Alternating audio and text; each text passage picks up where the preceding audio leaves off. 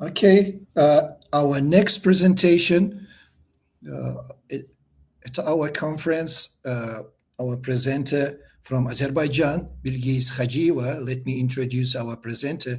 Bilgeyis Hajiyeva is an English language teacher with over a decade of experience helping learners achieve their academic and professional goals. She specializes in IELTS, TOEFL, and Duolingo exam preparation, working with small groups to provide personalized support. Her teaching focuses on practical skills, confidence building, and inclusive strategies for diverse learners, including those with special needs. She's passionate about creating engaging lessons and supporting students from different backgrounds. As a presenter at an international ELT conference, she also explores ways teachers can support emotional well-being in the classroom while maintaining high academic standards. She will be speaking on the topic of enhancing differentiated instruction in inclusive classrooms through technology and AI. Welcome, Bilgeyis. Thanks for agreeing to speak for our community.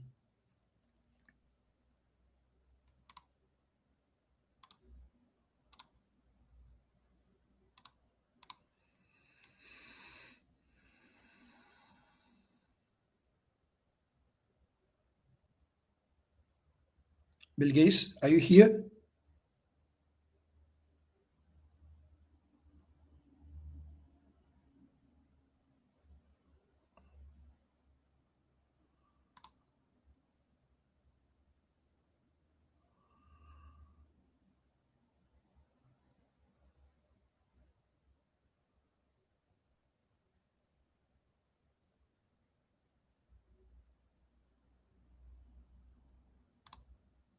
Yerkin? Yes. Yes, I'm ready. Thank you very much. Good morning one more time, everyone. I'm Bilgeyis Hajiyeva from Azerbaijan. I'm an English language teacher and teacher trainer, a U.S. Department of State Open Alumni 2024, and I'm a representative of STEP Azerbaijan. It's a pleasure to join you today and represent Azerbaijan and our STEP Azerbaijan at this international conference. And much of my work focuses on inclusive teaching, emotional well-being, and learner participation. I have worked with mixed level groups, visually impaired learners, and students who need additional support with reading, attention, confidence, or communication. Today, I would like to explore practical questions. So how can technology and AI help us respond to learner differences without creating a separate lesson plan for every student, separately? So here my main message is simple. Technology is not a goal.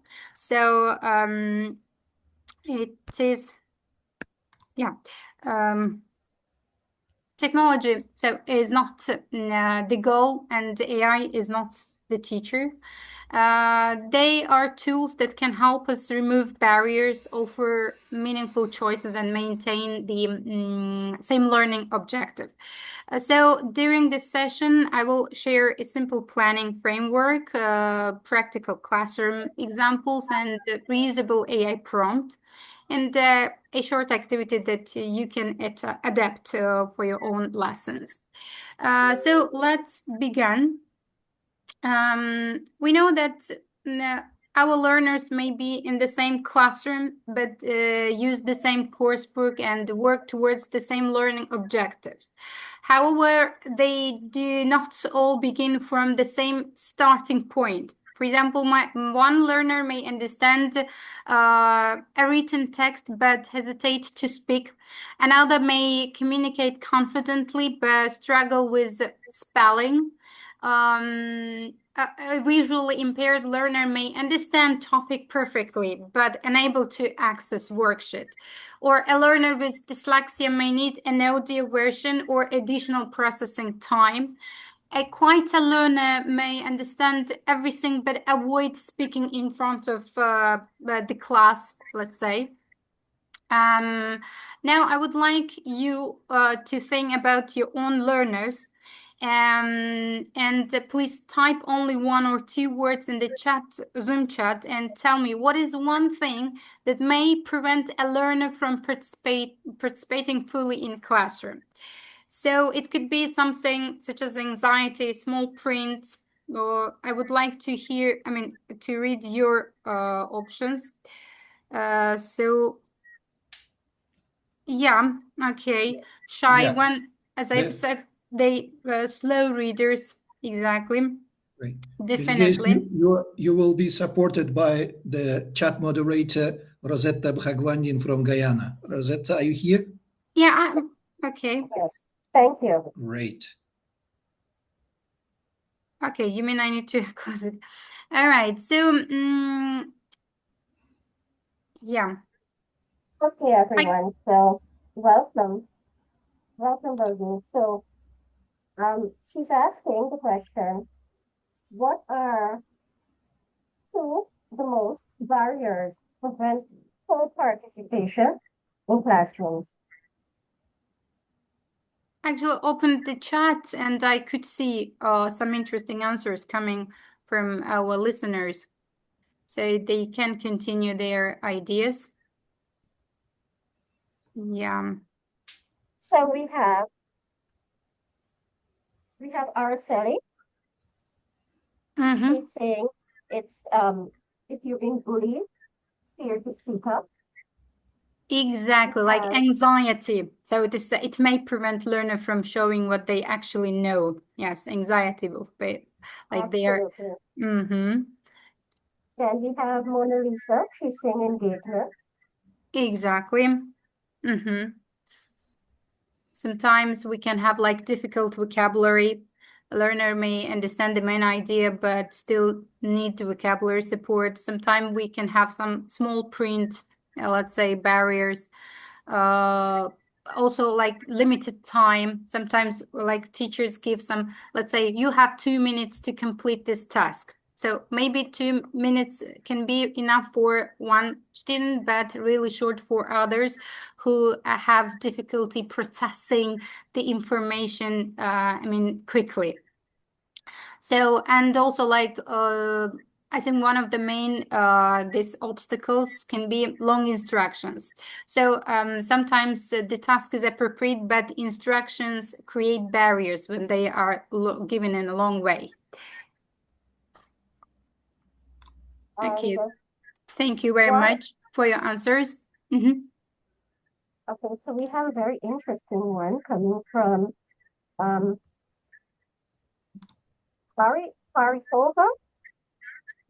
Poor language skills. So I guess you're speaking about this the is barriers language barrier. Yes, exactly. Language barrier just mentioned. Exactly. So your responses show that learners may face very different barriers. So there are many. Thank you for your responses. Even we are working toward the same objective. So this is main idea of this slide.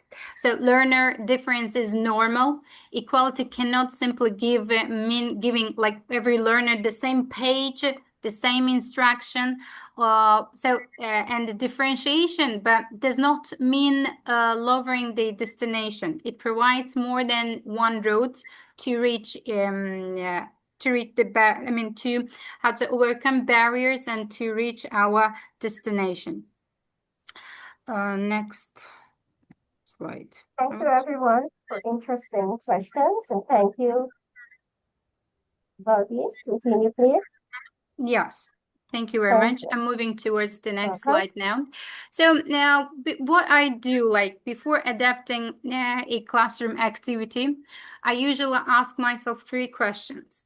So the first question is about readiness. What can the learner do independently now, and where is support needed? So for this, of course, we need to know our class very well. We need to use evidence from classroom observation, learner performance and assessment. We should not make assumptions based only on labels. The second question is about access. What barriers is preventing participation? The barrier may be the learner's language level, as it was mentioned, but it may also be small print or crowded page, unclear instruction, limited background knowledge, speed, anxiety, or inaccessible response format.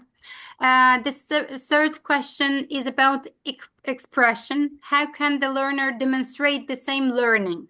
Sometimes we confuse difficulty with inability because we allow learners only one way to respond. For example, imagine that the objective is to use target vocabulary accurately. One learner might demonstrate this through a paragraph. Another might record an audio response. So the learner might also, let's say, create a short dialogue or visual story with captions. But the objective here remains stable. I beg your pardon. Here, you just take it and please go to another room. Go. Mommy, it's a 3 months. Yes, yeah. So, so this shift is important because it encourages us to adapt the barrier instead of labeling the learner. So next, differentiated instruction is sometimes misunderstood. It does not mean preparing 30 completely different lessons like for 30 students. That would be really unrealistic and, of course, unnecessary. It also does not mean lowering expectations, like giving easy work to learners who need support. Like differentiation means responsive planning.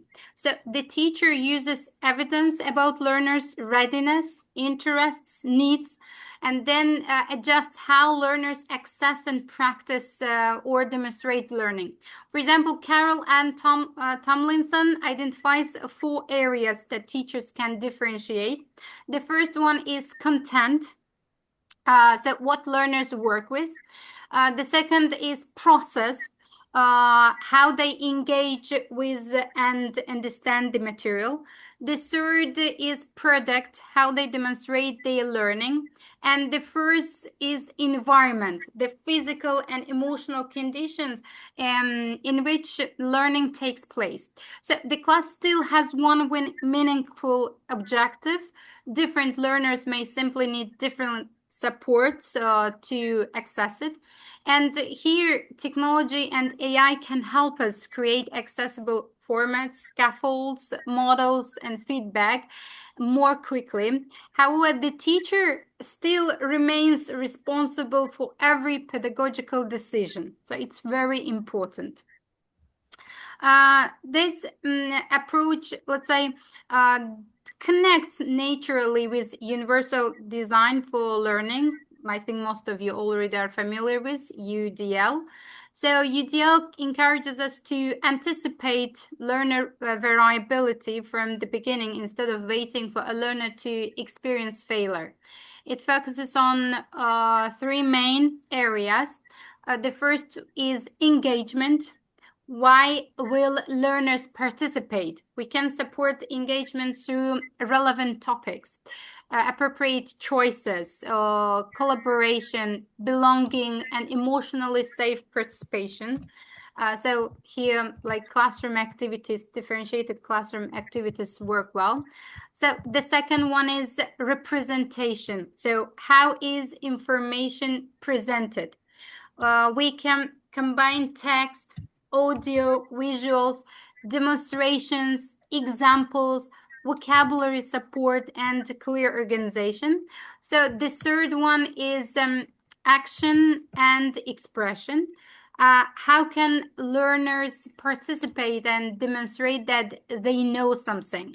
So depending on the objective, they might write, speak, record an answer, participate in dialogue, organize like information visually, or create something like sometimes, like, let's say, paper presentations or some crafts.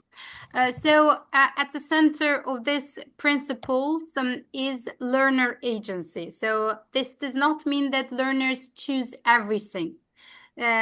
We as teachers still define a meaningful objective and set appropriate boundaries. However, learners can have purposeful choices within those boundaries. Bilgeyis, can I interrupt you just a second? Please. Yeah, in the chat box asking, can you remove this block that is blocking your presentation? Is it okay? If not, it's okay. You may move on. Just a second. Yes, that is the thing that you are moving. Can you remove them? Yes. I don't know how to move it actually. Like, is it okay now? Yeah. Maybe you'll to the top. Maybe you swipe away it. Yeah, I'm trying to, but it's still. Yeah, I think it's okay now, right? Thank you. Is it okay now? Yeah, it's normal. Yeah, that's great. You move on. All right. So instead of asking how can I fix this learner, we can ask, for example, which part of my task creates a barrier and what alternative can preserve the challenge. So now let's talk about how we can use technology to help us remove barriers and, of course, not add decoration. Technology should be selected according to its function, not because it is new or fashionable. I generally use technology for 4 functions.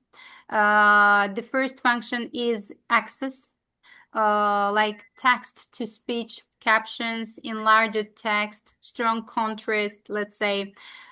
Screen reader-friendly documents can make classroom materials more accessible. So the second is scaffolding.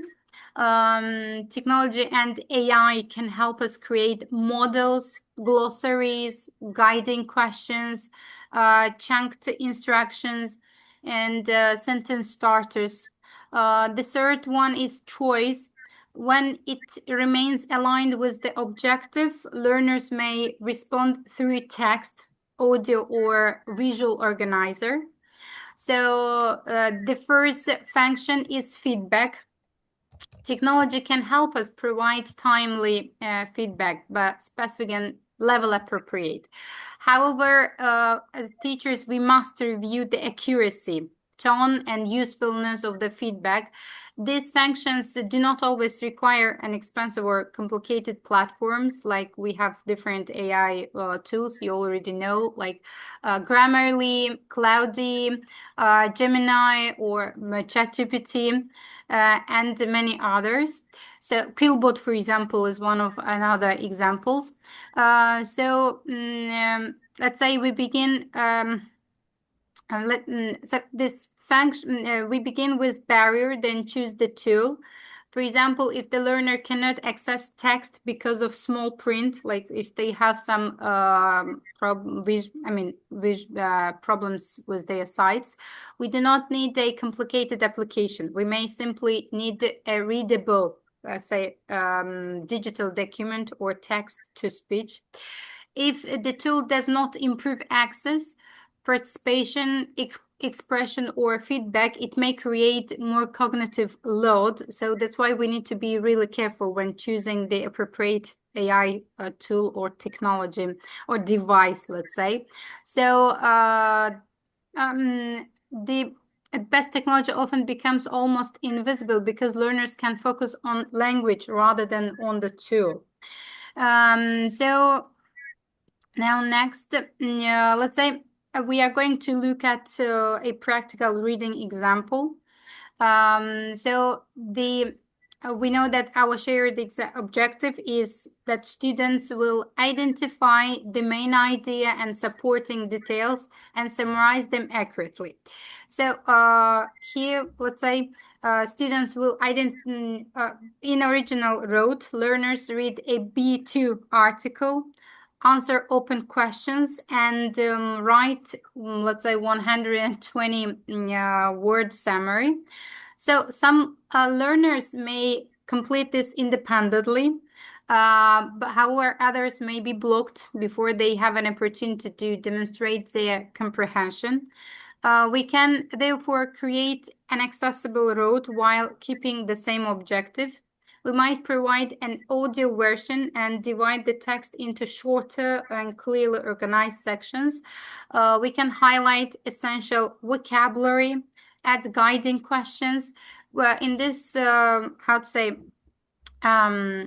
process, AI can help us simplify complicated sentences, structures without removing the key ideas.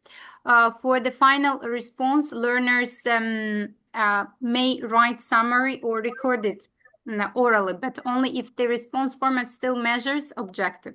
So here, of course, the distinction is really important. Let's say if I am assessing writing, an audio response cannot replace writing. However, if I am assessing reading comprehension, the response format can be more flexible. So, which means that differentiation must always remain aligned with the objective. So the support may change, but the goal, the learning goal should remain the same. Okay, so but in this step, we need like proper prompts. So when let's say I use AI, let's say I use simple 3-step workflow when working with it. The first step is defining. Before opening an AI tool, I identify the learning objective, the learner profile, the specific barrier, and the elements that must not change. So you should really, mention it there. For example, the objective is to identify the main idea and supporting details. So here the learners benefit from shorter instructions and audio support. So the barrier may be a dense text with long sentences for, of course, some students. For example, the key ideas and the level of thinking must not change. If prompt is vague, ambiguous, not clear, the result will also be vague, not clear. So the second step is generate. So I ask AI tool to create 2 or 3 possible routes, scaffolds, or accessible versions. I do not ask it to create a completely different lesson. So AI works best as a drafting partner. The third step is reviewing. So we as a teacher, we must check factual accuracy, language level. Of course, here cultural relevance is also important. Accessibility bias, if a student is dyslexic or has some visual problems, and alignment with the objective. So why should we should also ask, does this output support the learner's thinking, or does it complete the thinking for the thinking for them? For example, like UNESCO recommends a human-centered approach to generate AI in education. This means that professional judgment cannot be outsourced. We should never upload confidential learner information. What does it mean? Like their names, their age, surname. Instead of using their name or diagnosis, we can write, for example, a B1 learner who benefits from short instructions and audio support. So here there is one simple rule. Teacher decides, AI drafts, and learner thinks. So it's very crucial to take into consideration. So let's say we have prompts, like working with prompts is really important. So better prompts, of course, begin with pedagogy. First, you need to state your objective. students, let's say you write there, students will compare two viewpoints using evidence. Next, you need to describe the learners without including personal information. This is a mixed A2B1 class, and one learner uses a screen reader, or one learner, for example, uses, let's say, audio reader. So then you need to identify the barrier. The original, you need to mention it there. The original text contains long sentences, a dense layout, and familiar academic vocabulary. Finally, you need to specify the output. So what you want from AI. Create 2 accessible versions and audio-ready text and 1 shared rubric. So like I would also add this sentence, keep the key idea. Do not complete the final thinking for students. So you can compare this like detailed prompt with the, instruction. Let's say if you just put the text into the, AI and ask, make it easier, it is very ambiguous, because AI might simply shorten the text to remove essential ideas. So, however, shorter does not always mean more accessible, and it does not always mean educationally appropriate. A strong prompt protects what students must learn. So, the objective, learner profile, barrier, and let's say requested output should all be clear. So you need to be really, how to say, careful with this stuff. Here, then, as a teacher, you should review, edit, and test the results before using them in classroom. It might sound time-consuming, but when you have everything ready and plan, it will be really helpful and even time-saving for you. And of course, you can get better results from your students. So next, okay. So a learner may need access, so not lower level task. As you see in the screen, this example is connected to my own experience, working with visually impaired learners. For example, a worksheet may look attractive but still inaccessible if meaning depends on images, small text, color cues, or complicated layout. A visually impaired learner may not be able to work independently. The first response should not be to reduce the language level. The barrier is access, not ability. So I can convert the worksheet into a clean screen reader ready document. I can provide an audio version, describe important visuals, and allow a keyboard-friendly response. AI can help us draft concise alternative text, reorganize content under clear headings, or create an equivalent text-based activity.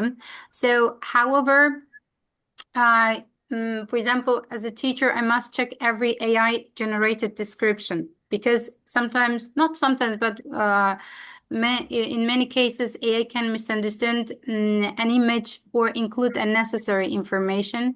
So the result is not an easier vocabulary task. The learner works towards the same vocabulary objective, but with greater independence. So inclusion becomes visible when learners participate directly instead of waiting for the teacher or another learner to mediate every step.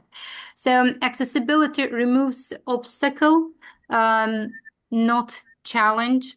So you need to be, it's very important to consider these issues. So now I would like to involve you in activity. Let's redesign one familiar task. I would like you, so let's apply this framework, think of one familiar activity that you use in your English lessons. So it can be like reading a text, learning vocabulary, completing listening activity, or participating in a speaking task, maybe giving a presentation or writing a paragraph. Well, something that you use in your classrooms. So I want you to complete 3 short steps. First, identify one specific barrier. Please don't write that learner is weak. So, because that does not explain the real problem. Instead, identify what prevents the learner from participating. Like, now, for example, the instructions are too long, the print is too small. Then we are going to adapt. I'm sorry. But before asking, please don't send your answers. Send them when I tell you. Let me first explain it. So yes, first we are going to identify. You're going to write specific barrier. That I gave you some examples. Then you will adapt, change one part of the task. Like you can change content, process, product, or maybe environment. You may use technology or AI, but explain exactly what it will do.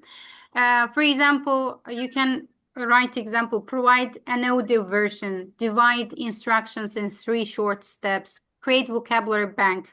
But it's, of course, it depends on what you are identifying and what you need to adapt. And then we are going to check, does my adaptation preserve the original learning objective? If the objective is speaking fluency, replacing the entire task with the writing may not be appropriate. If the objective is reading comprehension, like how learners might be able to demonstrate comprehension through either written or recorded responses. So now we have 60 seconds. Let's examine these examples together. Please write your barrier, write adaptation, and goal. Start, please.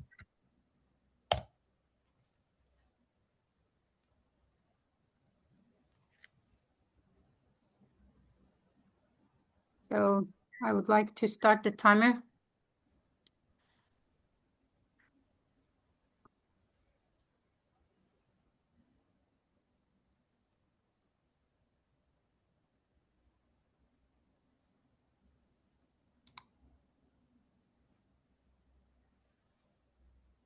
I will just write one sample myself. Maybe it might help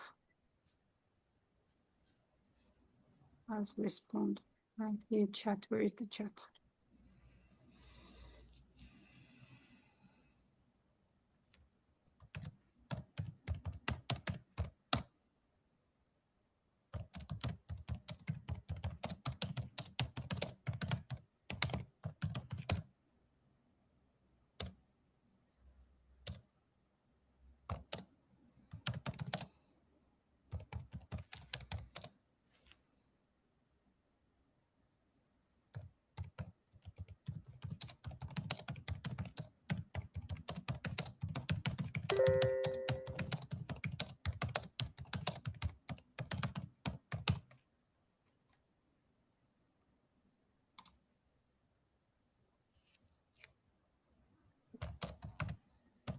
So we have Christina.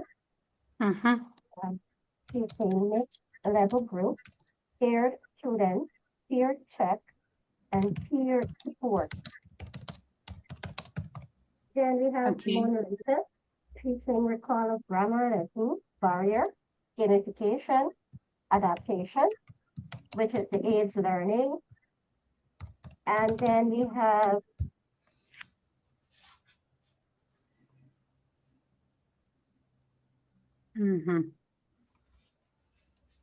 so we have Duradona. One barrier can be language difficulties, which may make some learners feel less confident to participate. So how will you adapt it? What will you ask AI? How will you ask AI to adapt it? So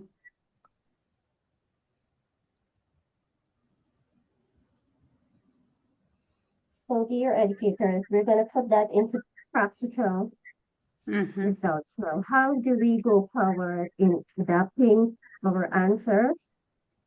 Yeah. Please share. Well, for example, let me share one example. Let's say my barrier is speaking anxiety. A student has speaking anxiety. What is my adaptation? I allow preparation time and record a recorded first response.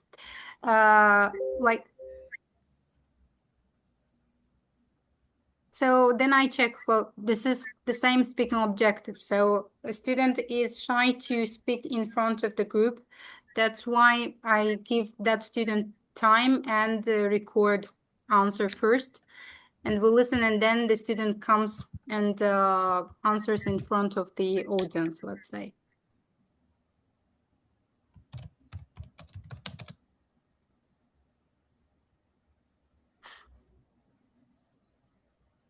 So it's really important to see if the barriers is specific. And when writing adaptation, so you need to think if it's practical or not. And of course, when we check, we need to be sure whether it maintains the original objective or not. Absolutely. So I'm seeing Mona Lisa. She has a very interesting one. Grasping a poem. So students identify that particular poem by doing a song. Okay, great. Inclusive of dialogue, singing, as well as learning aids. So wonderful answer, Mona Lisa. Thank you. Yeah, that's really great. Thank you. Yeah, speaking. And to add to that, Bilgeyis, is it simulation and role playing can be one too? So you create a topic, you identify the topic, you adapt it in the content form, and then you check it by the students acting it out. So we have simulation here. Would that be correct? Okay. It's more of a dialogue, right? Let's say, for example, I will just give you one simulation. Let's say barrier is high anxiety during whole class speaking, as I said. Well, what can be adaptation here? You can allow preparation time and begin with the pair practice. So here, of course, the goal is the same. You use the target language in spoken communication. So we are not removing speaking. We are just creating a safer road towards speaking.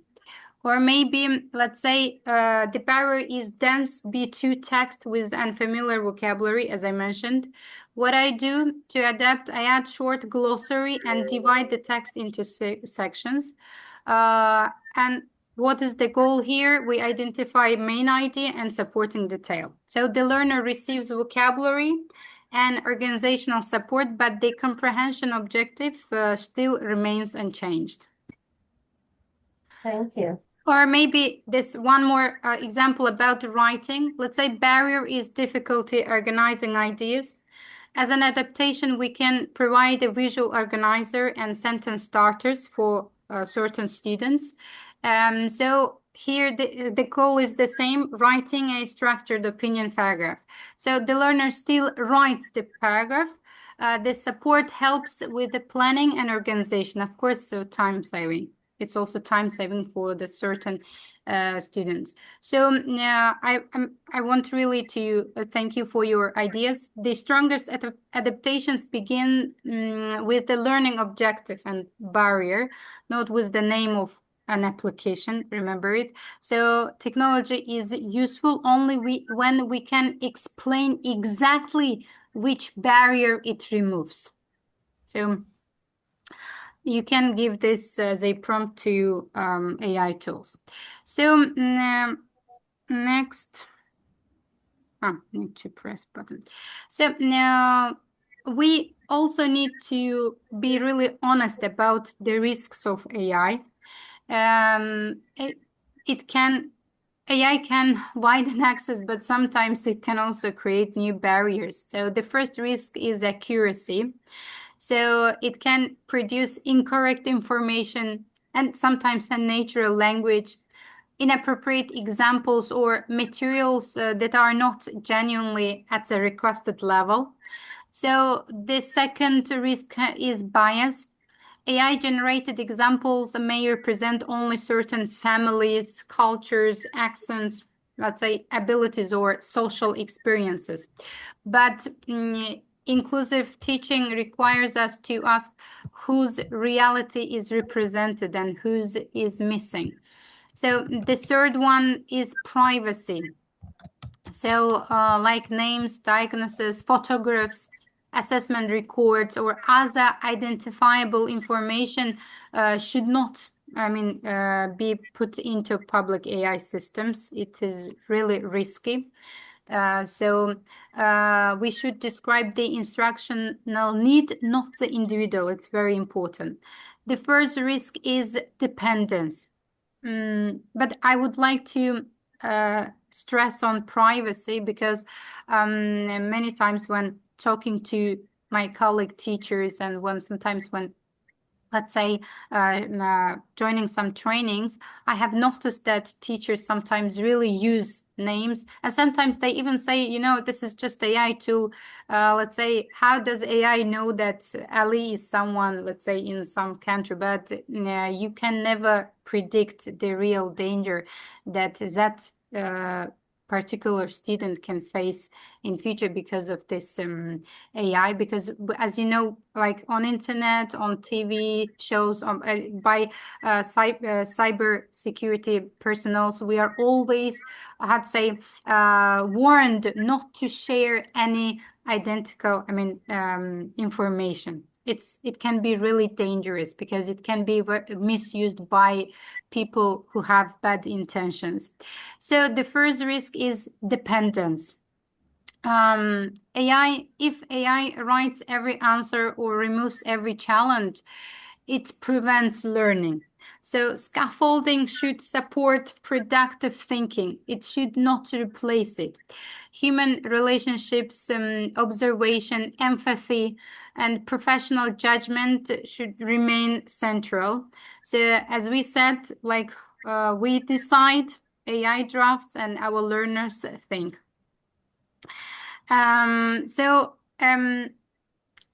Let's say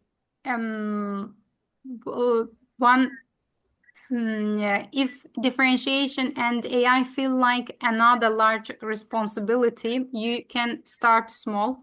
Before the lesson, choose one task and write its real objective in one sentence.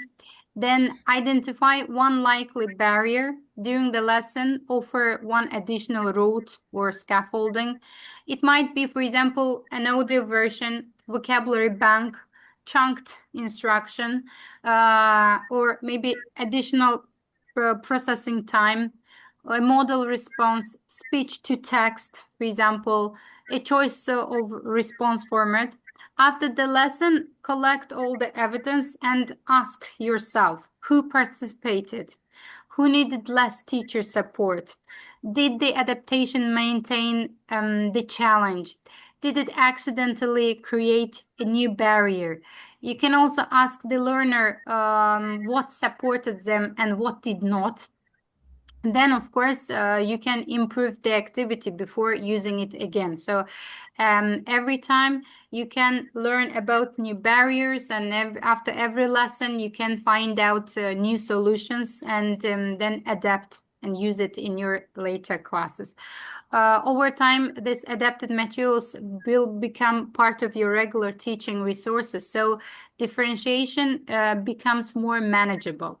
So AI may accelerate the first draft, but reflective teaching makes the adaptation effective. Here, the aim is not to use more tools. The aim is to make more learning visible. So As to finalize my presentation, what we need to say, I would like to leave you with 3 final ideas. First, keep the goal. Inclusive differentiation should preserve meaningful learning and high expectation. Second, remove the barrier. Look careful at the task, format, pace, environment, and response mode before assuming that the problem belongs to the learner. Third, expand the road. Use technology and AI to provide access, like meaningful choice, useful feedback. In my own teaching, the most important change has not been a particular application. It has been learning to ask better questions about participation.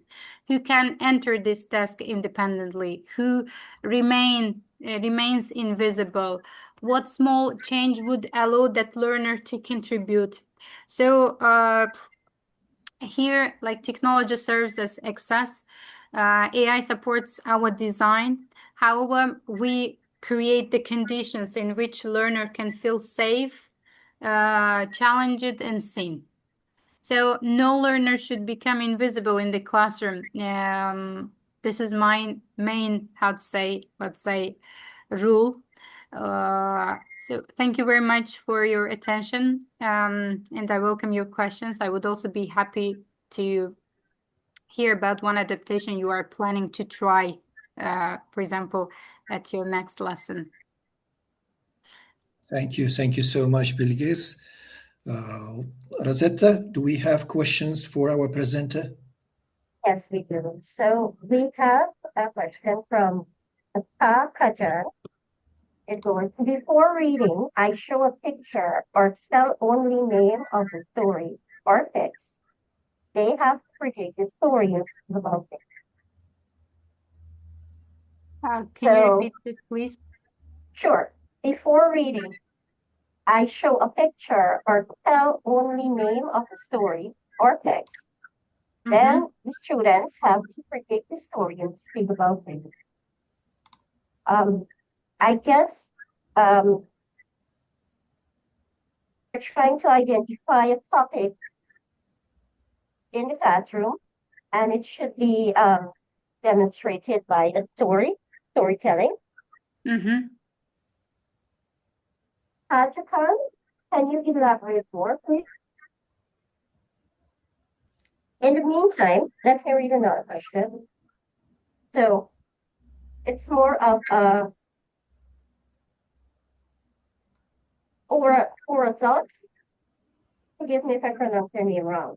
So using picture stories or visual boards is such a great way to tackle retelling. It removes memory stress and keeps them focused on language production. So that's an amazing sentiment. It's more of a sentiment. Can you ask that? Just a second. I'm not sure if I heard the very well reacted to. Barry, some learners? Yes. I didn't understand the question. Well, maybe the person who is asking the question, could you please copy and paste again if it is okay with you? Yeah, I can read it so that I can read it myself. She would read it and Rosetta, do you have it at hand? Can you do it? I do. I do have it here. So okay, thank you. Could you please copy and send it to the chat? Sure. Yes. Yeah. And so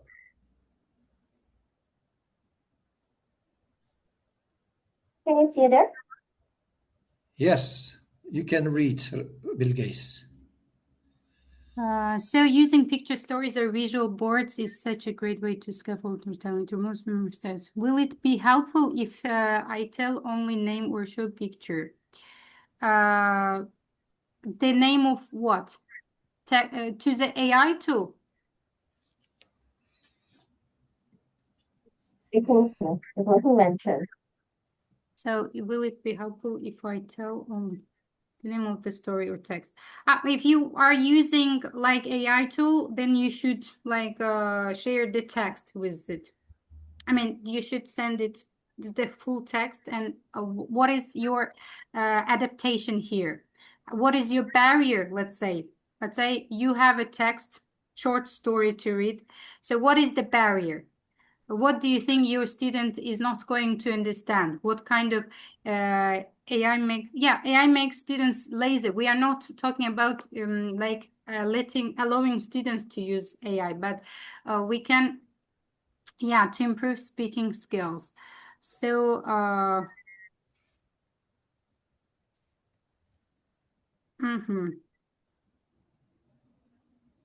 improve speaking skills. Let's say we use AI as a teachers, as a tool to help us when teaching students.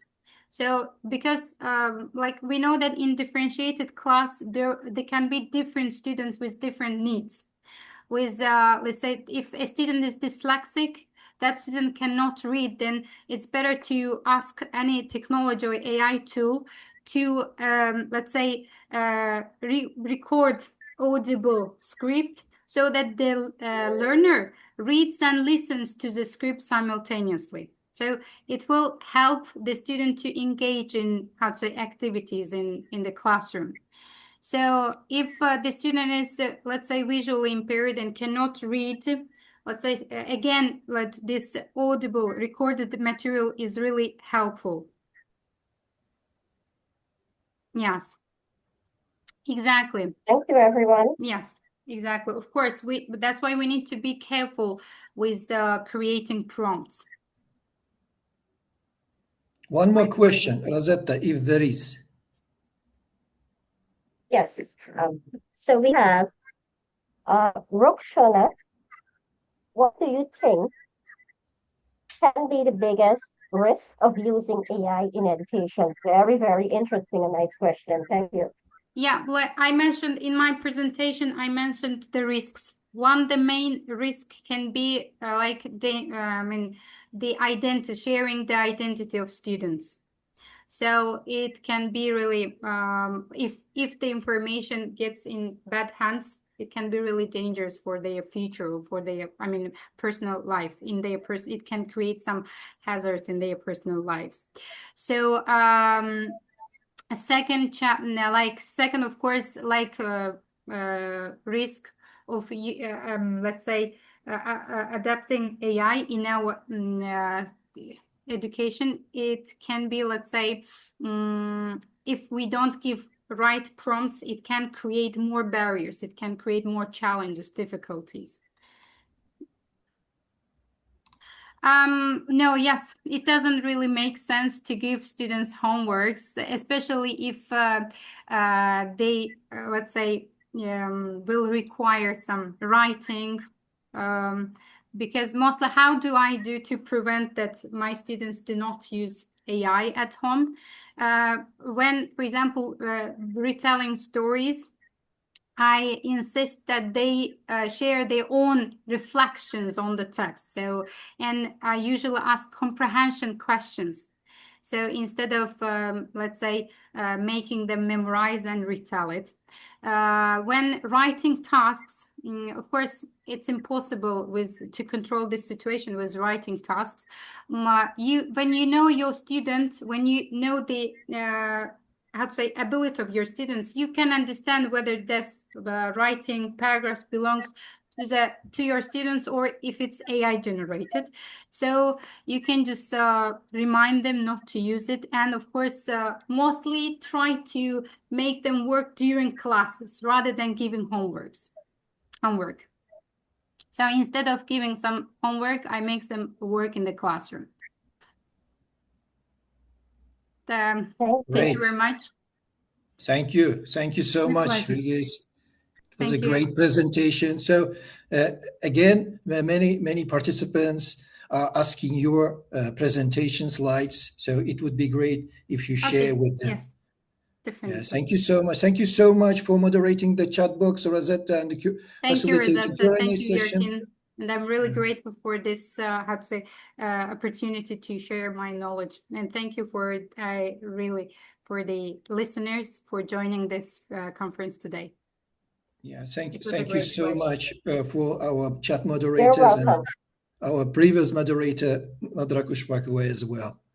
Okay. Great job. Great presentation. Thank you, dear team. Thank you, Bilgeyis. Well done. Well presented. Thank you, dear colleagues, for sending your questions and sentiment.